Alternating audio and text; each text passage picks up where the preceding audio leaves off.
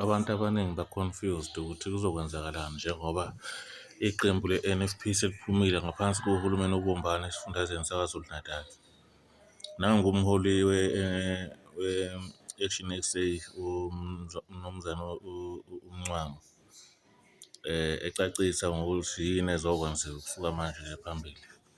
Mlalele. Cha bafowethu asisizane la ukuthi NFP ithe yaphuma kuhulumeni waKwaZulu-Natal kwe-GPU akukolapsi uhulumeni automatically, ayikho into enjalo. Uhulumeni uhlukene nesishayamthetho. Isishayamthetho sahlala sakhetha undunankulu wasekhetha icabinet yakhe ukuyiyona ekhanda uhulumeni.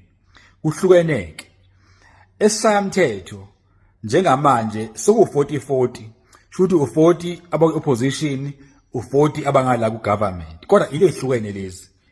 So okusho ukuthi ngamanye amazwi ingcindezi ezoba khona ile yokuthi uma kuyinqumo esishayamthetho inamba izogcina ziba inkinga ngoba akuzobikho 50+1.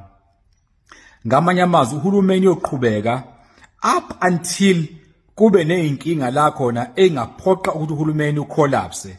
Uhulumeni uyocollapse kanjani na?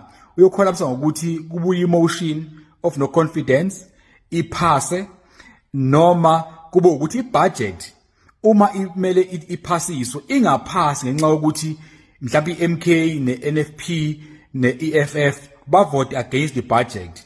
Ngomthethosisekelo weconstitution ithi uma ibudget isithelishwe kathathu ingaphasi uhulumeni uyacollapsa. Ngamanye amazwi kuyomele kuye kwi-election kabusha, re-election ka-government wethu noma uhulumeni omusha kwaZulu-Natal. So ngamanye amazwi ke implication ekhona la ile yokuthi nje we may end up having a rerun where kumele kukhethwe kabusha uhulumeni ngoba akekho winile.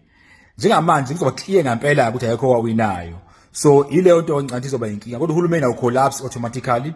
We continue have uhulumeni up until kube nezinto eziwu-2 engenzeka to collapse this government. Ukukhishwa kwa-premier kube kucollapsa uhulumeni and ukuthi ingaphasi ibudget. Kodwa lokho kusemandleni abo laba abanye. Lastly, lento yokuthi uspeaker une-casting vote asiyicacise. Uspeaker ucasta ivote uma kune-tie. So akavoti kabili. So ngamanye amazwi njengamanje uma kuvotwa iGPU inenamba ethi-39 not 40 bese kuthi i-opposition ina-40. So uspeaker only cast a vote uma ukuthi kune-tie. Kodwa uma uspeaker decide to vote on a first round, that means 40-40. She doesn't have a casting vote after that. It's just a tie as it is. Akakwazi ukuvota kabili uspeaker. But ordinarily uspeaker akavoti uma kune-item before the house. Uspeaker kumele asheshe imhlangano acaste ivote uma kune-tie. So njengamanje there will be no tie. I-MK ne-EFF ne-NFP will have a majority in the house in that sense.